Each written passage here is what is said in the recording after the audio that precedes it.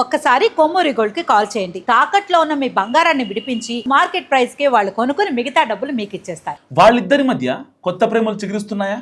Political పొలాల్లో సరికొత్త మొలకలు వచ్చాయా? పచ్చగడ్డి వేస్తే భగ్గుమనే పరిస్థితి మారిపోయిందా? పరస్పర బర్త్డే విషెస్ మారుతున్న వాతావరణాన్ని సూచిస్తున్నాయా? ఆ సానుకూలత వాట్సాప్ స్టేటస్లోనే ఆగిపోతుందా, లేక గ్రౌండ్ రియాలిటీకి వస్తుందా? ఎవరా ఎంపీ, ఎవరా ఎమ్మెల్యే? ఏవా సరికొత్త రాజకీయ ప్రేమ సందేశాలు? విజయవాడ ఎంపీ కేశినేని చిన్ని, తిరువురు ఎమ్మెల్యే కోలికపూడి శ్రీనివాస్ మధ్య ఇన్నాళ్ళు ఉప్పు నిప్పులా ఉన్న పరిస్థితులు మారుతున్న సంకేతాలు అందుతున్నాయి.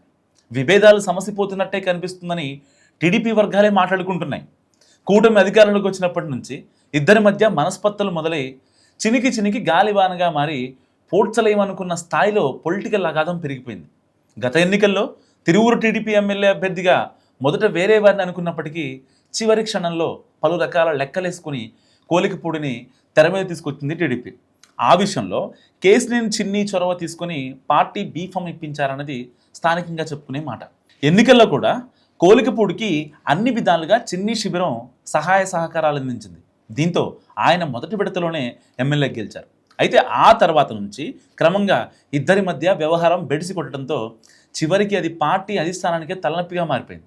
2 ఏళ్లుగా ఇద్దరి మధ్య ఇదే తంతు జరుగుతున్నా అధిష్టానం జోక్యం చేసుకున్న సమస్య మాత్రం పరిష్కారం కాలేదు. అయితే కాలం ఎప్పుడూ ఒకేలా ఉండదు, పరిస్థితులు కూడా ప్రతిసారి తేడా కావన్నట్టు ప్రస్తుతం ఇద్దరి మధ్య సయోధ్య కుదురుతున్న సంకేతాలు కనిపిస్తున్నాయి. ఎంపీ చిన్ని, ఎమ్మెల్యే శ్రీనివాస్ మధ్య కూడా కొన్నాళ్లుగా మాటలు కూడా కరువయ్యాయన్నది బయటికి కనిపిస్తున్న వ్యవహారం. సో ఎంపీ తన నియోజకవర్గంలో జోక్యం చేసుకుంటున్నారంటూ కోలికపూడి ఆరోపించడం, ఆ తర్వాత మాటలు హద్దులు మీరడం లాంటివి అధిష్టానం ఆగ్రహానికి కారణమయ్యాయని కూడా చెప్తారు. ఆ విషయంలో ఇద్దరినీ పిలిచి పార్టీ కమిటీ వివరణ కోరింది. ఆ తర్వాత కూడా పలు సందర్భాల్లో కోలికపూడి పార్టీ టార్గెట్గా సోషల్ మీడియాలో పోస్టులు పెట్టారు. అది అలా నడుస్తుండగానే తాజాగా కేశినేని చిన్ని పుట్టినరోజు సందర్భంగా కోలికపూడి పెట్టుకున్న వాట్సాప్ స్టేటస్ అందరి దృష్టిని ఆకర్షించింది. చిన్నికి జన్మదిన శుభాకాంక్షలు చెబుతూ తన వాట్సాప్ స్టేటస్ పెట్టుకున్నారు ఆయన. దాని గురించి అందరూ ఆసక్తిగా మాట్లాడుకుంటున్న టైంలోనే 2 రోజుల క్రితం కోలికపూడి శ్రీనివాస్ పుట్టినరోజు కావడంతో ఆయనకు జన్మదిన శుభాకాంక్షలు తెలుపుతూ ఎంపీ చిన్ని కూడా అదే స్టైల్లో వాట్సాప్ స్టేటస్ పెట్టారు. దీంతో ఇద్దరి మధ్య ఏదో జరుగుతుందన్న చర్చ మొదలైంది రాజకీయ వర్గాల్లో.